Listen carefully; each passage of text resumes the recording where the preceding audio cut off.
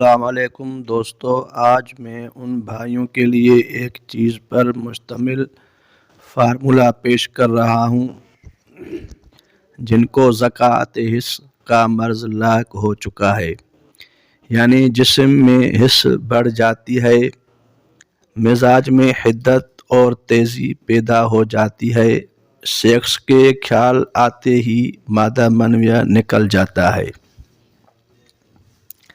یا ہاتھ کی تھوڑی سی رگڑ سے، شلوار کی ٹچ سے، انتشار یا بغیر انتشار کے پانی نکل جاتا ہے۔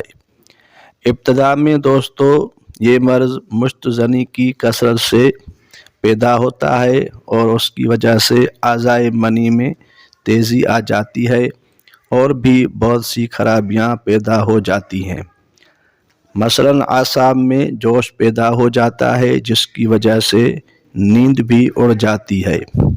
ایسی صورت میں مسکن ادویات استعمال کرنی ہوتی ہیں، اور اگر قبض بھی ہو چکا ہے تو ملینات کی استعمال سے اس کو دور کرنا ہے۔ ہاضمہ بگڑ چکا ہے تو اس کا بھی ہاضم دوائیں استعمال کرنے سے تدارک کیا جائے۔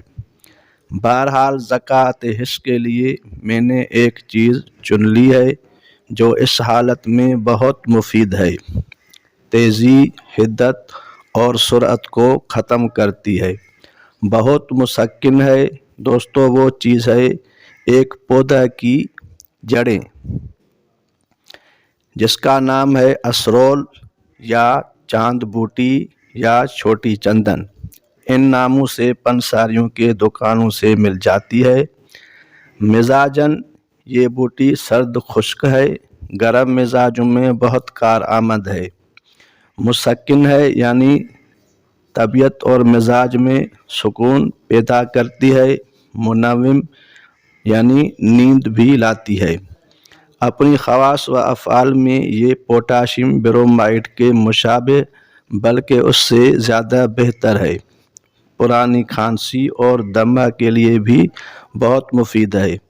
جنون اور دیوانگی کے ایسے مریضوں کے لیے جو بھاگتے دوڑتے، شور و غل مچاتے، گالی گلوچ بکتے ہیں، دوسروں پر حملہ کرتے ہیں یا بے خوابی میں مبتلا رہتے ہیں، ان کے لیے بے حد مفید ہے۔ لیکن خاموش اور مایوس مریضان دیوانگی کو اس سے بجائے فائدہ کے نقصان ہوتا ہے۔ بہرحال دوستو، زکوٰۃ حص کے مرض کے لیے اس بوٹی کو آپ استعمال کریں، انشاءاللہ آپ کی مرض زکوٰۃ حص اور حدت اور تیزی بالکل ختم ہو جائے گی۔ استعمال کیسے کریں دوستو؟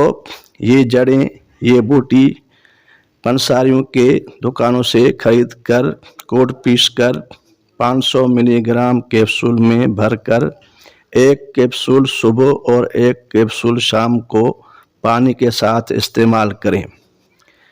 3-4 دن میں انشاءاللہ تعالی یہ مرض جڑ سے اکھڑ جائے گا اور بہت فائدہ ہو جائے گا۔